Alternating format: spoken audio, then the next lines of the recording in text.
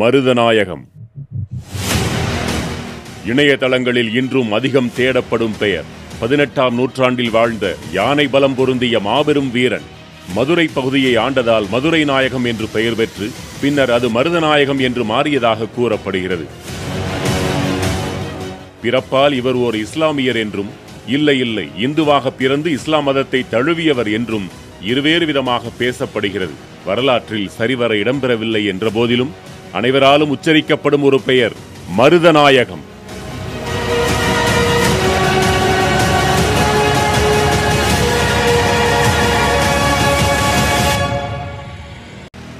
October 15 மர்மயோகியின் நினைவு தினம் இன்று.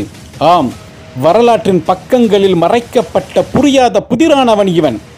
இவன் பிறப்பை தெரியாதாம், இவன் பெற்றோரையும் தெரியாதாம், இவனின் இயற்பெயரும் தெரியாதாம். இவன் பிறவி முஸ்லீமா அல்லது மனமாற்றம் அடைந்தவனா? எந்த உண்மையும் தெரியாதாம். தெரிந்துவிடக் கூடாது என்று வரலாற்று அராஜகவாதிகளால் ஒடுக்கப்பட்டவன். ஆனால் நம் கண்முன் வாழ்ந்தவன். ஆங்கிலேய படைகளை சிதறடித்தவன், பிரெஞ்சு படையை தோற்கடித்தவன், முடிசூடா மன்னனாக மதுரையை ஆண்டவன். மதுரை நாயகம் என்ற பட்டப்பெயரை கொண்ட கான் சாஹிப் என்ற யூசுப் கான் இவன். ஆங்கிலேயர்களுக்கு அடிபணியாமல் எதிர்த்தவன், தூக்கு கயிறுக்கே சவால் விட்டவன், 3 முறை தூக்கில் தொங்கி உயிர் பிழைத்த இறைவனின் ஒப்பற்ற அடிமைகளில் ஒருவன் இவன்.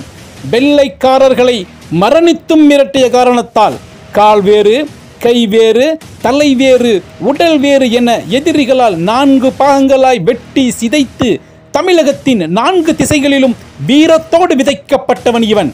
இன்றைய தேதியில் ஷஹீதாகி சமாதிகளாக அடையாளத்தோடு இன்றும் வாழ்பவன்.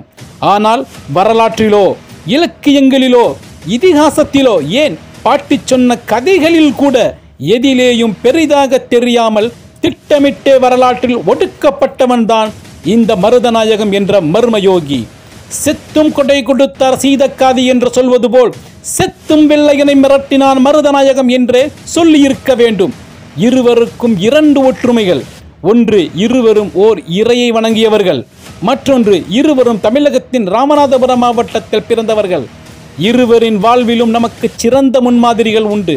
மறைக்கப்பட்ட மர்மயோகியின் வரலாற்றை சரித்திரத்தின் பக்கங்களில் செதுக்கி வைப்போம் நமது செயல்பாடுகளின் மூலமாக.